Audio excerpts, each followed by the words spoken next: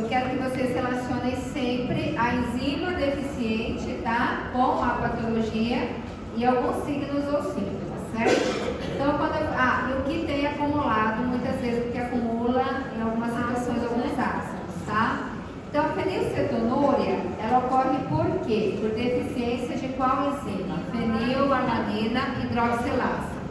Lembrar alguns signos ou sintomas. E nesse processo, deixa eu ir aqui, de deficiência ou inibição, né, um erro metabólico da fenilalanina hidroxilase, são acumulados dois ácidos. Quais são? O ácido fenilpiruvato, fenilpirúvico, que é neurotóxico, e o ácido fenilacético, né, ou fenolacetato, que vai ser observado na urina. Então, são dois ácidos aqui. Lógico, se tem uma deficiência da fenilalanina hidroxilase, isso vai fazer com que diminua os níveis de tirosina no nosso organismo, porque acontece o acúmulo desses dois ácidos. Aqui ele repete de novo, então, ó, importante, inibição de qual enzima? Fenilalanina hidroxilase, acúmulo de quais ácidos? Fenilpiruvato, fenilpirúvico e o ácido fenilacético ou fenolacético. Fale. Não, eu vou lá pro meio.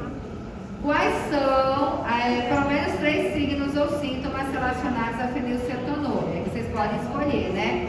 Convulsiona, retraso mental, hiperatividade, estereotipias, né? 3 pelo menos. Aí nós vamos lá para a leucinose, que também é conhecida como enfermidade laurina com odor a canabidiase. Por quê? Porque uma das características dela é esse olor açucarado característico na urina. Não pode esquecer desse detalhezinho. Por que ocorre? Por deficiência de um complexo enzimático, que é o 2-cetoácido desidrorenasa, que também recebe a sigla de BCKD. É importante aqui lembrar qual é a função desse 2-cetoácido desidrorenasa. O que ele faz? Né? Ele faz a descarboxilação oxidativa dos aminoácidos de cadeia ramificada, que são quais? Leucina, isoleucina e valina.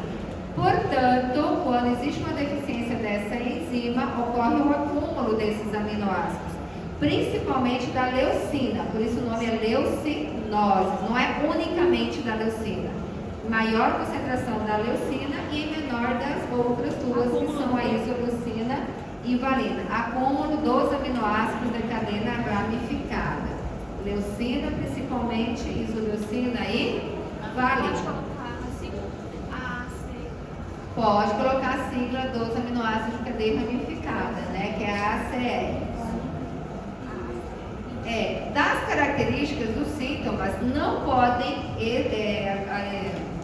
esquecer o cheiro açucarado característico na urina, porque daí vem o nome, né? Enfermidade com urina a olor a canabidiase. E aí vocês podem escolher mais outros dois, mas essa não esqueçam. Retardo mental, letargia, icterícia, perda de peso, mas não esqueçam do olor açucarado característico na urina, que é da leucinose. Logo nós vamos para as tirocinêmias, né?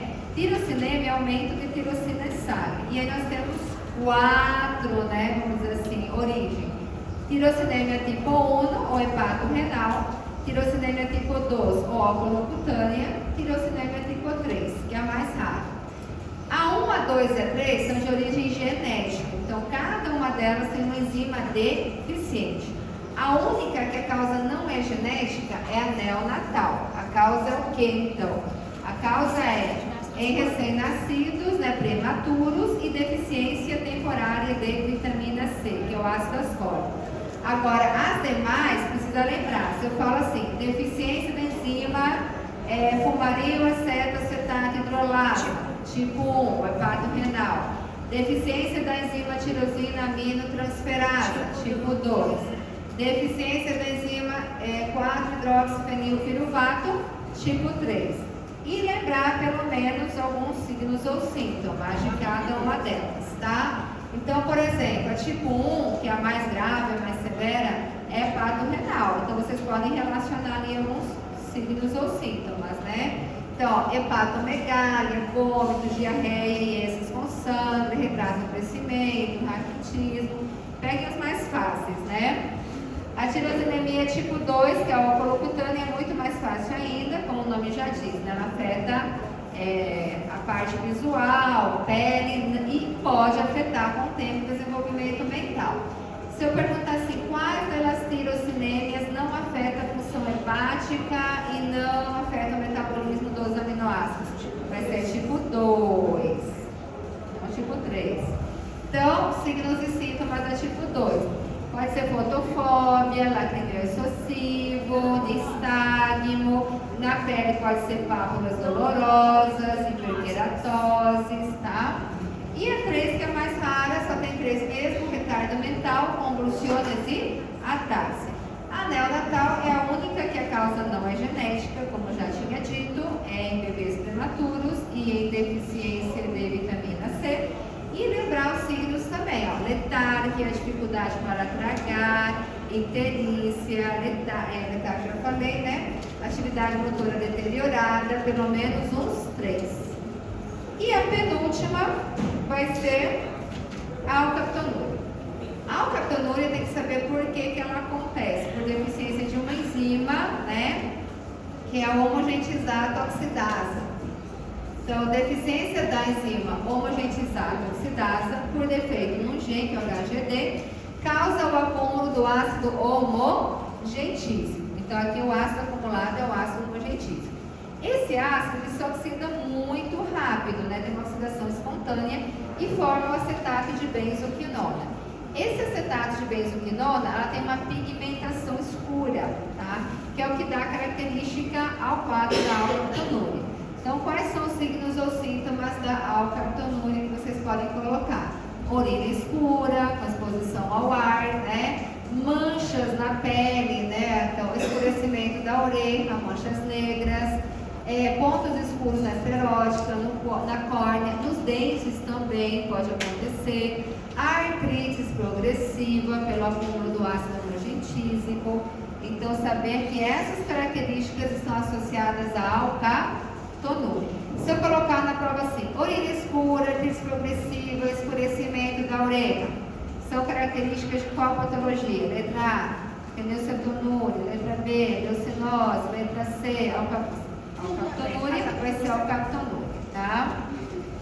Bueno, e a última é o albinismo, que é o mais facinho, né, acredito eu, que é deficiência por uma enzima chamada tirocinasa. E aí, não confundam, tirocinasa não tem a ver com tirocinemia, porque cada tipo de tirocinemia, tipo 1, tipo 2 e tipo 3, tem a sua enzima diferente.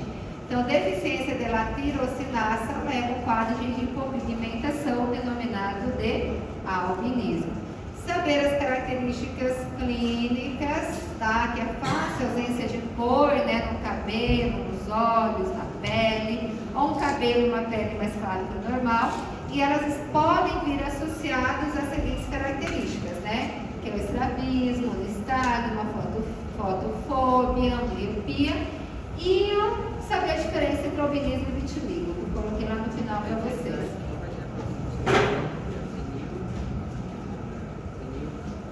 Que não vai ter o quê?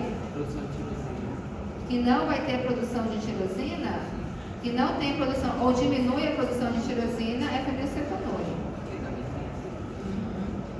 E lembrar a diferença entre albinismo e vitiligo. Então, lembre, o albinismo ele ocorre por quê? Porque não há síntese de melanina. Então, olha só, não existe melanina porque os melanócitos não podem sintetizar essa substância.